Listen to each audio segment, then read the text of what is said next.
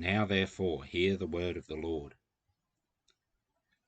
Why do we find it so difficult to do the right thing?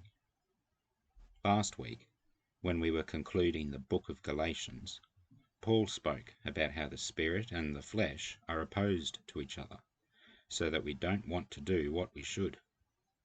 Today, we learn of a few more ways in which God shows us what we should do, and also how we try to ignore him. God sent the prophet Amos to tell the people what they should do. They told him to go home, to earn his bread elsewhere. Amos wasn't in it for the money, like the professional prophets of his time. He had the word from God that had to be spoken. These prophecies have been written down for us, praise God, so that we can learn from them too.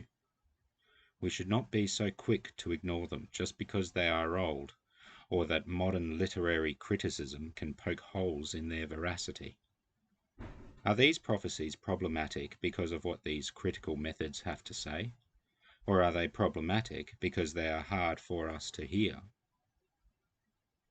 Paul shows two more ways God speaks to us. He starts with the law of Moses.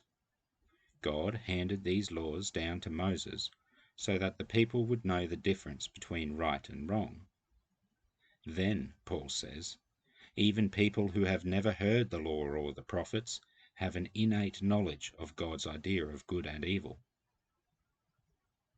We have all these ways God speaks to us: his law, his prophets, the fact he designed us in his own image. Let us not ignore God's voice.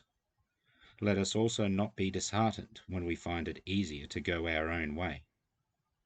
God's final word is the Word incarnate, Jesus Christ, in whom all the law and the prophets are fulfilled, who, by trusting in his redeeming work, we are found perfect in the eyes of God.